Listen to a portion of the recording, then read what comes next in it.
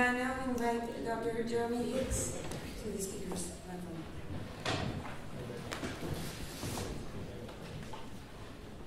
Thank you very much to Carol for the very kind invitation, and thank you to you all for being here. Right, hopefully I'm going to be able to show you some clips and one or two slides. Carol's book gives a very much needed overview of the Soviet media machine during what the Russians call the Great Patriotic War. And it's clearly valuable in its own right, but I think it's also, in my view, a sort of starting point for other paths of research.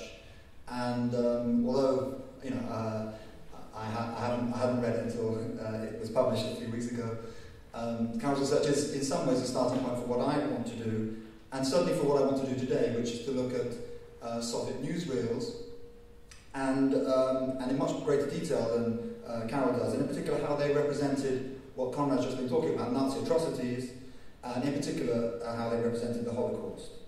So I'm going to be expanding from Carol's thinking and showing that even in the even more highly controlled medium of film, there was no systematic downplaying of the Holocaust, as Carol himself illustrated with regard to the press, but just as a tendency to downplay it in the Soviet media. And I'm going to be showing that this was by no means systematic in the years 1941 to 43. I'm going to take issue slightly, though, with one thing that Carol argues, one of his main theses, and that's the whole sense that the voice of the people is entirely absent from Soviet propaganda, and the notion that there's no space in Soviet propaganda in which to mourn or reflect upon death. I hope to show you with one or two of the clips I'll show in a minute that there is space to mourn and reflect ultimately, and that here and there one can hear the voice of the people. So I should say in advance that the clips I'm going to be showing just a minute are distressing. They're images of the Holocaust and of Nazi genocidal violence in the East in general, and so please do bear that in mind. So first of all, then Rostov. Right. So first of all, Rostov. If we, as Carol argues in the book, the southern Russian city of Rostov-on-Don was the occasion when the Soviet media in general, and newsreels in particular, began showing images of Nazi atrocity against the civilian population. What's more, whilst the radio meeting of representatives of the Jewish people in August 1941 had referred to Nazi atrocities, Rostov was the first time that they actually depicted them, and in what's more, in a city where Jews were prominent among the victims. So I'd like to pause here before I look at the Rostov footage and discuss it, to ask why it was that the Soviets chose to publicize images of their own civilian dead. If we briefly look at images of the Blitz in London in the British media, you'll see that the image on the right is an image of a cat being pulled alive from the rubble. This is a very famous image, and the whole thing is you don't show, the British decided not to show images of their own civilian dead in the Blitz because it was seen to be undermining of morale. So the Soviets thought differently. And why? Well, obviously there is this, and I think Carol brings this up very well in his book, this whole sense that the occupation was obviously the difference between Britain and Soviet propaganda, and Soviet attitudes to the occupation were that it's better to die than be occupied. And thus, those who had died under the occupation were implicitly good, loyal Soviet citizens, because they'd done the right thing and been killed. So, in that sense, Soviet propaganda needs these dead people, the civilian dead, and it shows images of them, and these begin with Rostov.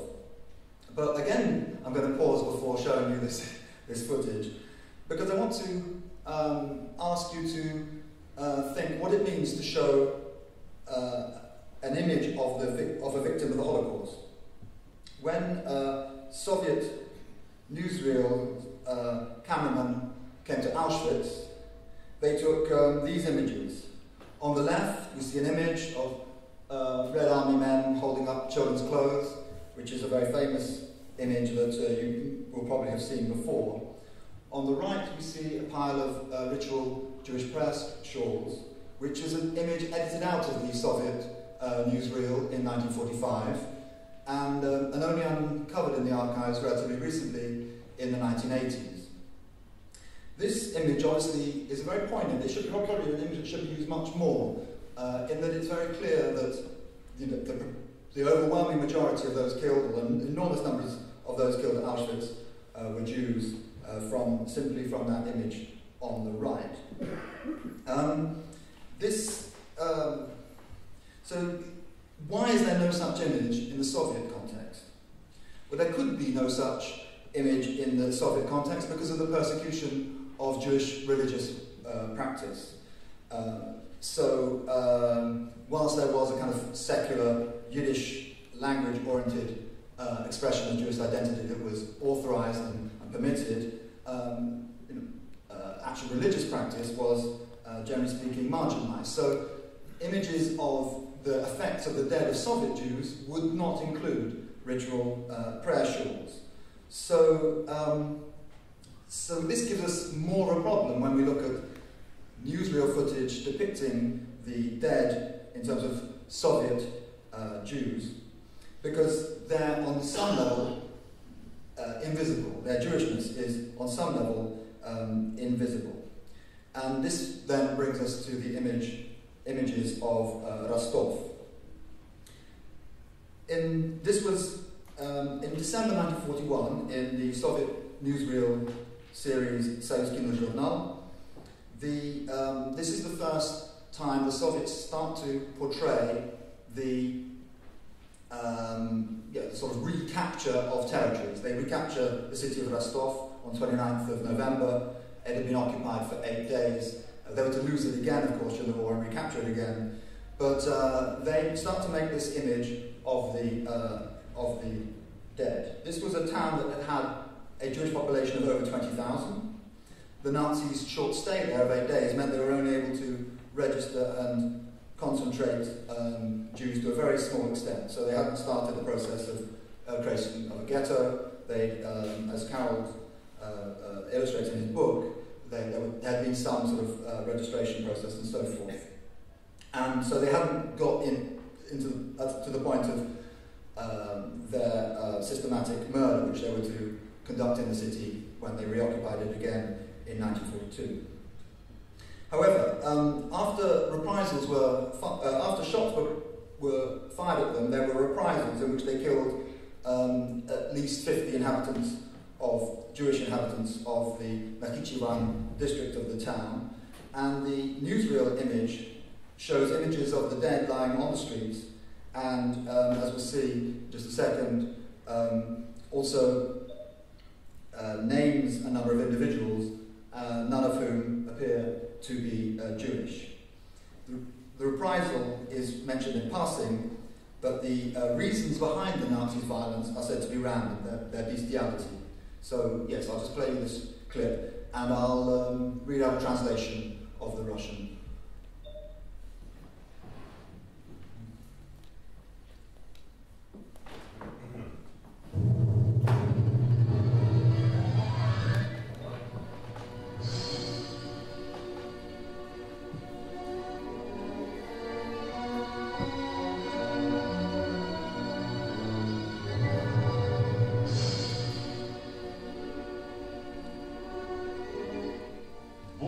For 8 days, the barbarians burned and looted the town.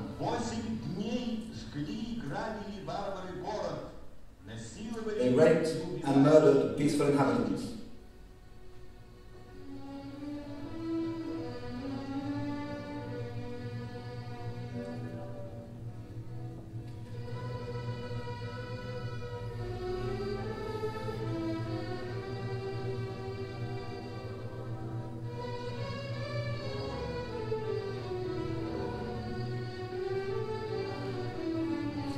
shall not forgive, we shall not forget.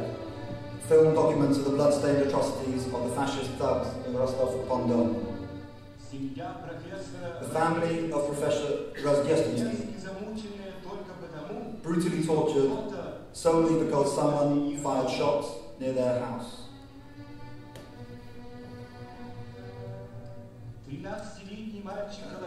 13-year-old boy Golavyov, shot by a German officer because he would not give up his favorite pigeon.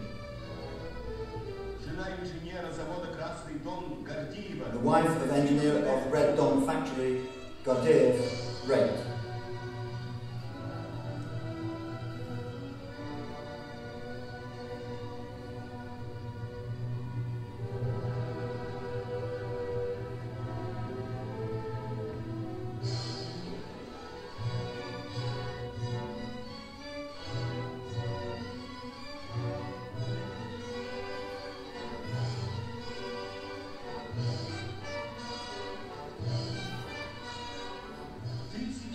Thousands of inhabitants of Rostov, women, children and the elderly, fell victims of savage, random violence.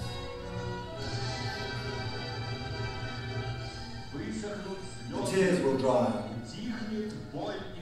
the pain and grief will pass, but never, never in our hearts will the hatred be extinguished. The mighty, sacred hatred for these murderers and hangmen.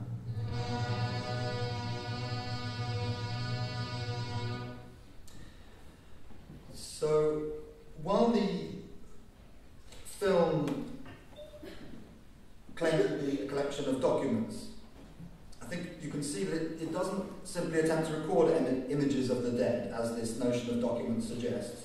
It very clearly attempts to shape spectators' responses to the atrocities by concentrating on images of distressed, bereaved relatives looking at the remains of their loved ones. This emphasis upon the dead as linked to the viewer implies identification with the bereaved, a commonly defined first-person subject, a we, whose tears will dry, but whose hatred will never die.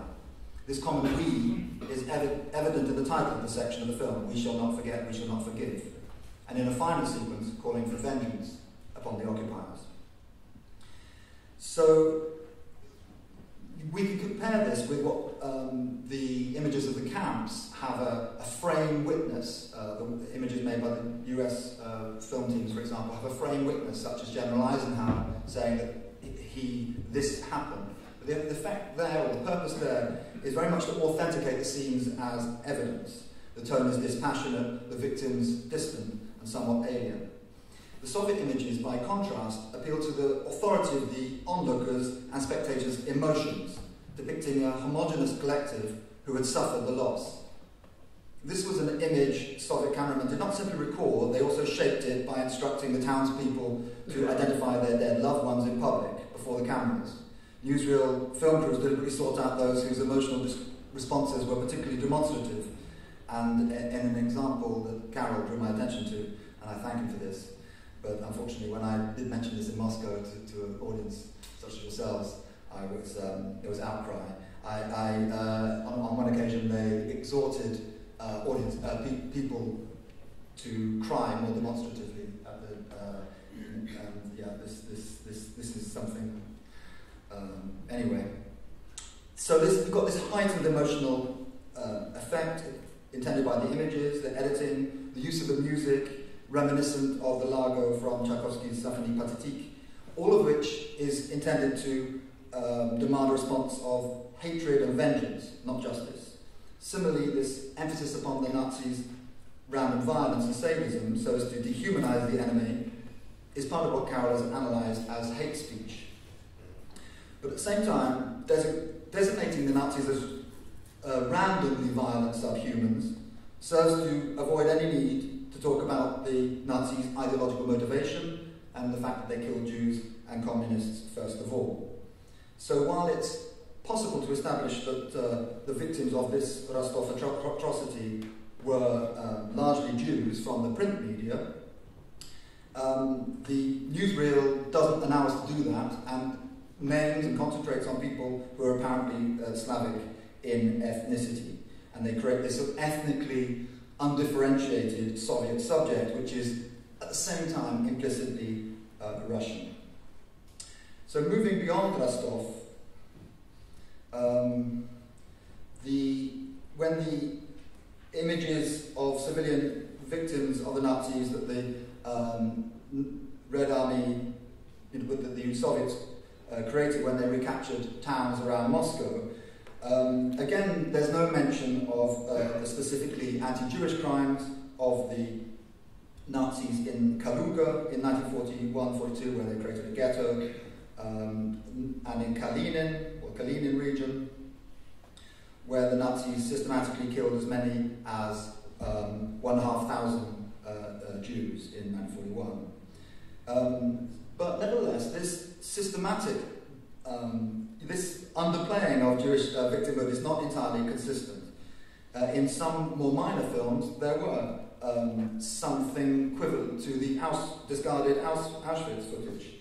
This, for example, is from January 1942, says Journal Newsreel, from the town of Livny in western Russia, where the Red Army talked to this local Jewish couple, and the man shows the Red Army cameraman the armband he was forced to wear, designating him as a Jew. And possibly even more interestingly, though this is published, this is an unpublished image of the Ukrainian town of Barvinkova in the Kharkov region.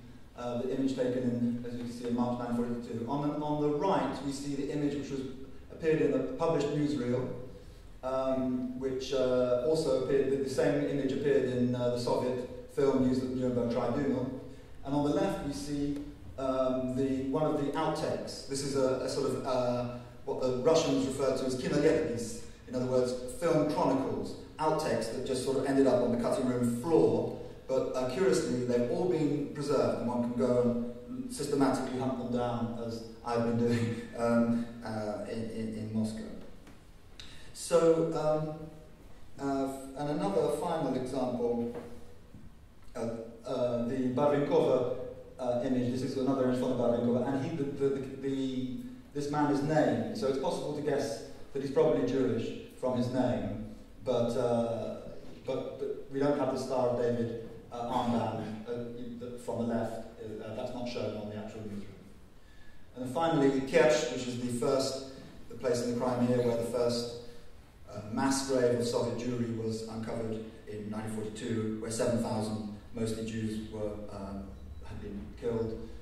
It's possible to establish that the victims are Jewish from pretty much all of the media except the newsreels, and so it's a curious phenomenon. So there is this curious hushing up in the Soviet media, unsystematic, complicated, and in the newsrooms probably more than anywhere else. But even there, it's possible to establish and understand that the Soviets are persecuting Jews. Now, these images all become incredibly conventionalized. So just in the last, so I'm probably take up a bit too much time, but if I've got sort of 5-10 minutes, I'd like to look at, yeah, is that all right? There's the Ukrainian filmmaker Alexander Dovzhenko, who makes a number of rather interesting films during the war and has more freedom to make films than any other filmmaker. He's someone who goes to the front. He's someone who he has his own family, who are kind of trapped behind the lines. So and he's able to supervise the kind of footage that he makes. So I'm going to show you a couple of clips from a Dovzhenko film, and one of the things that's striking as to how they sort of contradict what, generally speaking, Soviet films do, they do this same thing of hushing up the Holocaust to a degree, but they appropriate it for Ukrainian, as the dead are all Ukrainians, rather than just Soviet citizens. But what's even much more significant about Davzhenko's films is that they concentrate on the price of victory and loss, rather than on the need to kill yourself, to kill yourself and the enemy.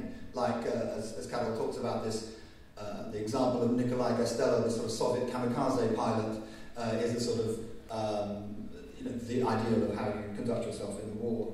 And Davzhenko does something slightly different. So I'm going to show you in just a second a clip from a Davzhenko film called Battle for Our Soviet Ukraine. And in this film, as you can see, rather unusually, we have the voices of the bereaved. And I think I'll probably just end there without analysing those voices.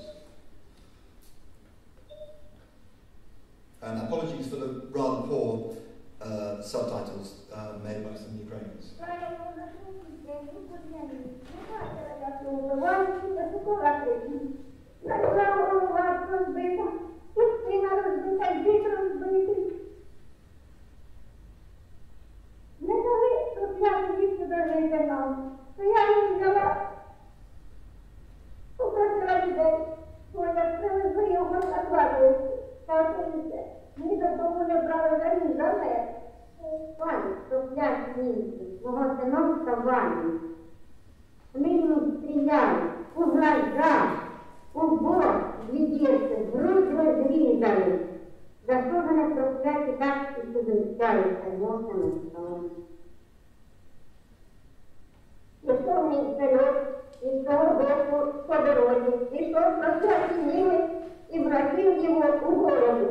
Ударил его в голову. Он 2 раза отвернулся и упал.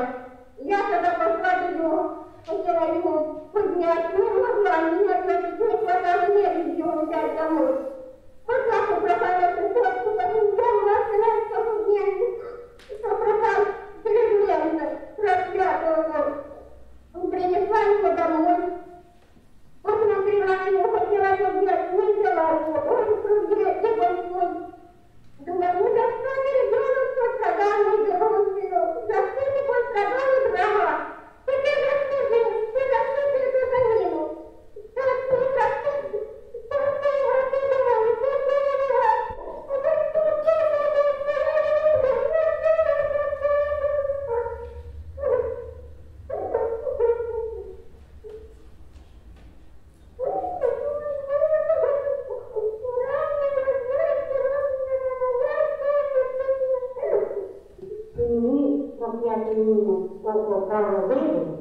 Теперь я не дам. Через проклятую минуту я сказал.